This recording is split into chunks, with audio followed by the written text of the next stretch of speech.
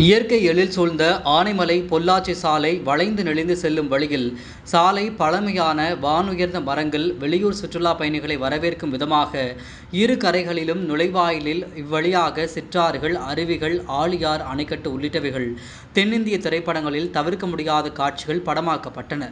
இந்த நிலையில் இருபுறமும் உள்ள பழமை வாய்ந்த மரங்களை வெட்ட கடும் எதிர்ப்பு தெரிவித்து அப்பகுதியில் உள்ள மக்கள் நெடுஞ்சாலைத்துறை அலுவலகத்தை முற்றுகையிட்டதால் பெரும் பரபரப்பு ஏற்பட்டது.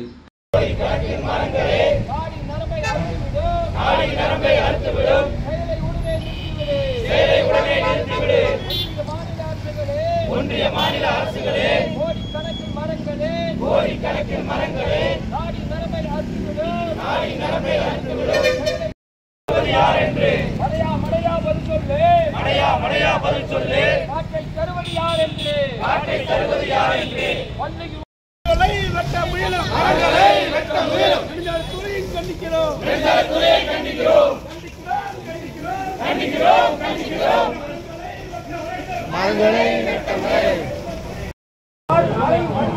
காடும் மழையும் அழிந்ததே,